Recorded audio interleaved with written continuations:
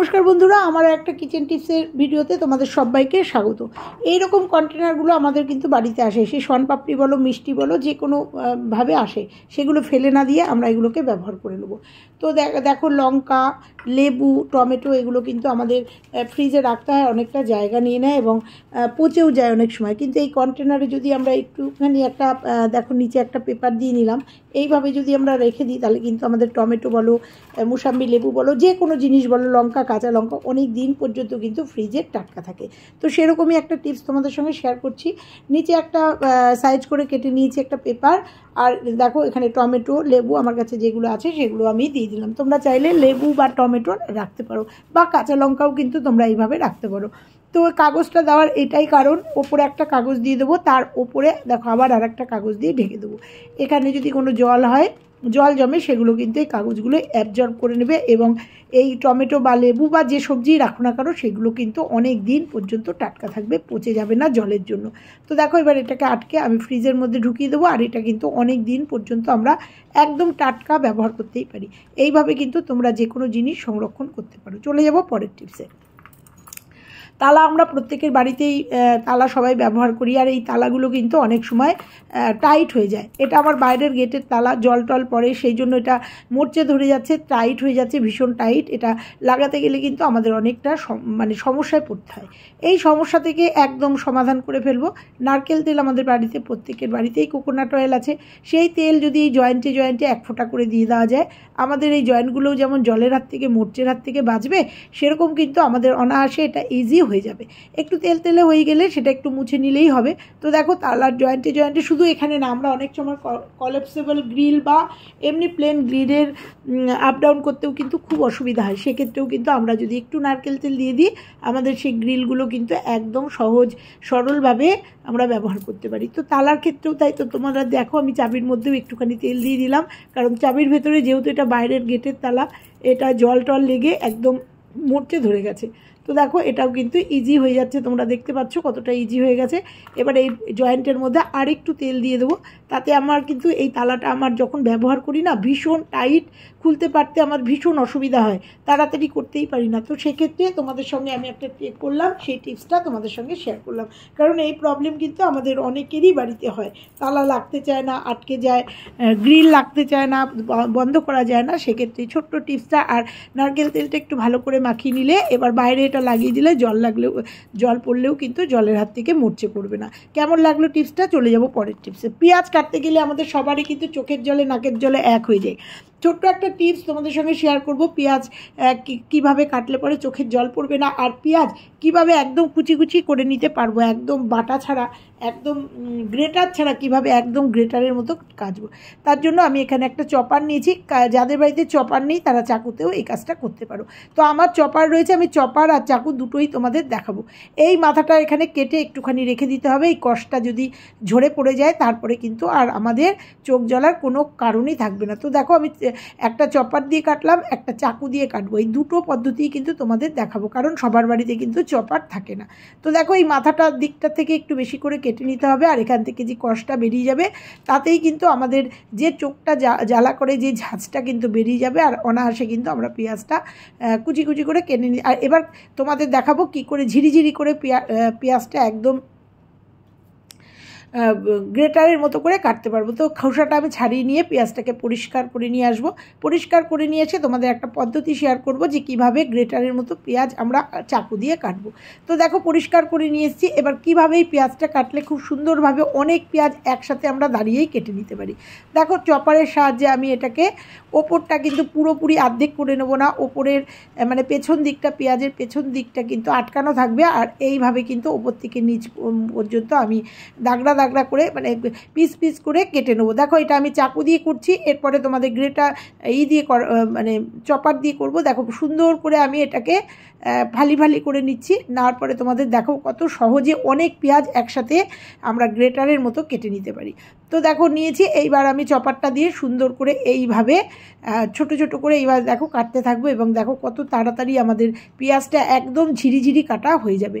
খুব সহজ পদ্ধতি। এইভাবে দাঁড়িয়ে দাঁড়িয়ে আমরা যখন মাছ, মাংস, ডিম রান্না করব, অনেকটা পেঁয়াজের যখন দরকার, তখন কিন্তু আমরা গ্রেটার বা এটাকে না করে পেস্ট করে আমরা এইভাবে কিন্তু ঝিরিঝিরি করে কেটে নিতেই পারি। তো দেখো এইভাবে ধরে ধরে হাতটাকে সাবধানে রেখে পেছনের পেঁয়াজের পেছনটাকে ধরে সুন্দর করে এইভাবে কেটে নিতে পারি। তো দেখো কতটা কুচি কুচি হলো, তোমরা অন ক্যামেরায় দেখে নিলে। এইভাবে কিন্তু আমরা পেঁয়াজের পেস্ট না ব্যবহার করে এইরকমভাবে গ্রেটারের মতো করে পেঁয়াজ কেটে নিতে পারি। তো দেখতে পাচ্ছ কতটা কুচি কুচি হয়েছে। এবার তোমাদের দেখাবো যে পেঁয়াজ আমি চাকু দিয়েও এইবার একইভাবে একই পদ্ধতিতে কাটা যায়। তা একসঙ্গে অনেকটা পেঁয়াজ লাগলে এইভাবে কিন্তু আমরা কেটে নিতেই পারি। তো আমি তোমাদের দুটো পেঁয়াজের মাধ্যমে দেখালাম। তোমরা যখন অনেক পেঁয়াজ লাগবে আর আমরা দাঁড়িয়ে কাজ করতে সুবিধা হয় চাকুতে যারা কাজ করি, তো দেখো এটারও কিন্তু পেছনটা পেছনটা পুরো কেটে নেব না, একটুখানি পেছনটা আটকে রাখবো। আর চাকু দিয়ে দেখো সুন্দর করে এরকম করে পিস পিস করে নেব, মানে পিস করব না, এরকম করে আটকে আটকে নেব, কেটে কেটে নেব। তারপরে এটাকে এইভাবে পেছনটাকে ধরে সুন্দর করে চাকু দিয়ে কেটে নেব। এটা কিন্তু চাকু দিয়েও করা যাবে। ঘুরিয়ে ঘুরিয়ে সুন্দর করে ঘুরিয়ে ঘুরিয়ে আমি এই পেঁয়াজটাকে এইভাবে তোমরা কেটে নেবে। এতে অনেক পেঁয়াজ, তারপরে যখন এটা এইভাবে কাটা যাবে না, তখন পেঁয়াজটাকে উল্টে নিয়ে সুন্দর করে গোল গোল করে এই পেছনের দিকটা ধরে সুন্দর করে হাতটাকে সাবধানে রেখে সুন্দর করে আমরা এইভাবে অনেক পেঁয়াজ একসঙ্গে কিন্তু কেটে নিতে পারি।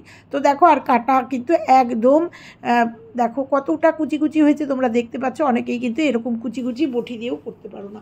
তো এই পদ্ধতিতে যদি পেঁয়াজ কেটে নাও, একসাথে পেঁয়াজের চোখ জ্বলবেও না, আর একসাথে আমরা অনেকটা পেঁয়াজ একসাথে কেটে নেবো। আর আমাদের পেস্টের কাজ, পেঁয়াজের যে পেস্টের কাজ, মাছ, মাংস, ডিম রান্না করতে অনেকটা সুবিধা হবে, কারণ সবসময় আমরা পেস্ট করতে পারি না। কেমন লাগলো এই টিপসটা? চলে যাব পরের টিপসে। আটা আমরা অনেকটাই সবাই মাখি, এবং আটা মাখতে গিয়ে যে বিপত্তিটা হয়, যে চুড়ি পরি, সেই চুড়ি কিন্তু আটার মধ্যে লেগে যায়। তো আমি এখানে দুটো চুড়ি পরে তোমাদের দেখাচ্ছি। অনেকেই শাখা পলা, তার সাথে সোনার চুড়িও থাকে। আর এই আটা মাখতে গিয়ে সেই চুড়িগুলো কিন্তু আটার মধ্যে লেগে যায়, নয়তো বারবার ওপরে তুলতে হয়। শুধু আটা না, আটা, ময়দা এবং অনেক কাজ করতে গেলেই কিন্তু আমাদের এই বিপত্তির মধ্যে পড়তে হয়।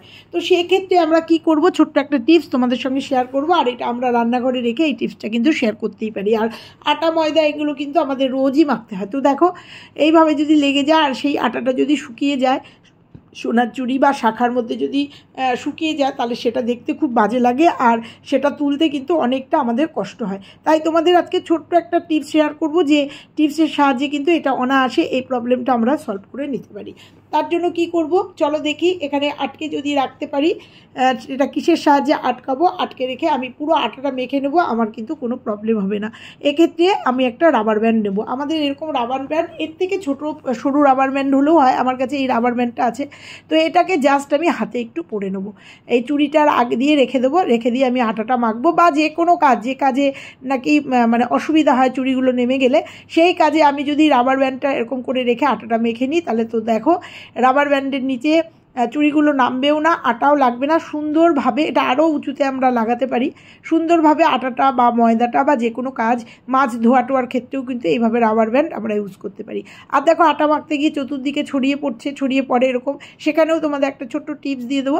এক্ষেত্রে একটা পেপার পেতে নিয়ে তার উপরে যদি আটাটা মাখতে পারি, তাহলে কিন্তু আমাদের কিচেনের যে স্ল্যাবটা, সেই স্ল্যাবটা নোংরা হয় না। পরে আমরা এই কাগজটাকে ঝেড়ে নিলেই কিন্তু সুন্দর আমার কিচেন স্ল্যাবটাও পরিষ্কার থাকে, আর আমার কাজ কিন্তু অনেক সহজে। এইবার চলো আটাটা মেখে চলে যাব পরের টিপসে। লেবু আমরা এইভাবে কিন্তু অনেকেই ফ্রিজে রাখি, আর অনেকে ফ্রিজে রাখার পরে এক সপ্তাহের মধ্যে লেবুগুলো কিন্তু এইরকম পচন ধরে, কারণ জল জমে, জলে জলে কিন্তু পচে যায়। তো আমার ঘরে প্রচুর লেবু আসে। তো দেখো এইভাবে পচে মানে নষ্ট হয়ে গেছে। তো আমি যেহেতু টিপসের ভিডিও করি, সেহেতু আমার লেবুগুলো আমি কাজে লাগিয়ে দেবো, কিন্তু তোমাদের ক্ষেত্রে তোমরা কিভাবে লেবু রাখলে অনেক দিন পর্যন্ত ভালো রাখবে। আর আমি এখন গন্ধরাজ লেবুর সময়, প্রচুর গন্ধরাজ লেবু আমার বাড়িতে আসছে। তো চলো সেই টিপস তোমাদের একটা দেখাবো। সেরকমই টাটকা লেবু আজকে এসছে, সেই লেবুগুলো আমি কিভাবে রাখবো এবং কিভাবে রাখলে আমি এক সপ্তাহের উপরে 15 দিনেও আমার লেবুগুলো কিচ্ছু হবে না, তোমাদের 3টে লেবু দিয়ে আমি দেখাবো। পেপার কেটে নেবো, আমার সাইজ করে পেপার কেটে নেবো। আর লেবুগুলো যদি প্রত্যেকটা লেবু এরকম পেপারের মধ্যে ঢুকিয়ে নেওয়া যায়, মানে এরকম মুড়িয়ে নেওয়া যায়, তাহলে কিন্তু যে জলটা জমবে সেই জলটা কিন্তু এই পেপারটা সোপ করে নেবে। লেবুগুলো কিন্তু একদম টাটকা থাকবে অনেক দিন পর্যন্ত। এই পদ্ধতিটা করে নিও, কারণ ফ্রিজে রাখার কি ফল হয় তোমাদের কিন্তু আমি অন ক্যামেরায় দেখিয়ে দিলাম যে লেবুগুলো রাখলে পরে লেবুগুলো কিন্তু কিছুদিনের মধ্যে এরকম পচন ধরে। তো এইভাবে রেখে যদি একটা প্লাস্টিকের মধ্যে রাখা যায়, লেবুগুলো অনেক দিন টাটকা থাকবে এবং অনেক দিন ধরে খেতে পারবো, কিচ্ছু হবে না।